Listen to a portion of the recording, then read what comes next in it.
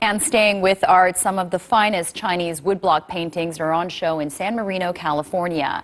Some of the woodblocks, which were created in China's Qing dynasty, were used to give Europeans a first glimpse at elaborate Chinese gardens. And now the curator of this exhibition hopes to wow locals again with these elegant Chinese scenes. Check it out. This is the completed page, and this is the calligraphy page that goes with that page. June Lee has poured her heart and soul into curating this read entitled Gardens, Art, and Commerce in Chinese Woodblock Prints. This is the earliest print represented in the exhibition, and it is not Ming, it is Northern Song, so it's 10th century. The exhibit at the Huntington Library in San Marino, California, brings together some of the best examples of Chinese woodblock prints made during the Golden Age, from the late 16th to the 19th century.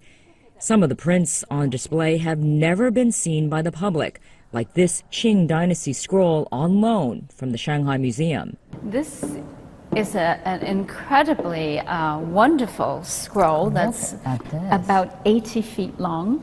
Originally, it was by the Qing court artist Wang Yuanqi, very famous court artist. After it was painted, the Emperor Kangxi asked to have woodblock prints made of that painting. So this was the result. Although woodblock printing more than 100 years before Japan, Japanese prints gained much more recognition because of European traders.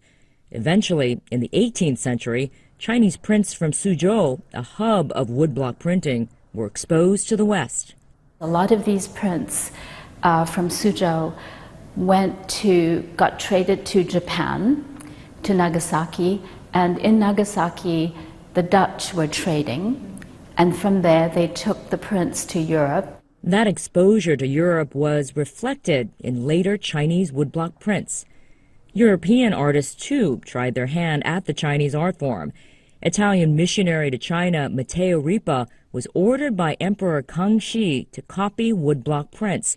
But instead of woodblock, Ripa made copper etchings. Was it well received? It was. This style? Well, the emperor liked it. He did, because it was so different. Yeah.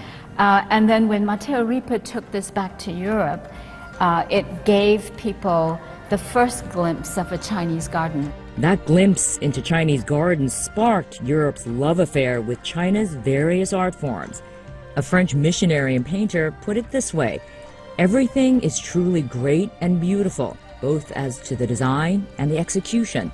The garden struck me the more because I had never seen anything that bore any manner of resemblance to them in any part of the world that I had been before.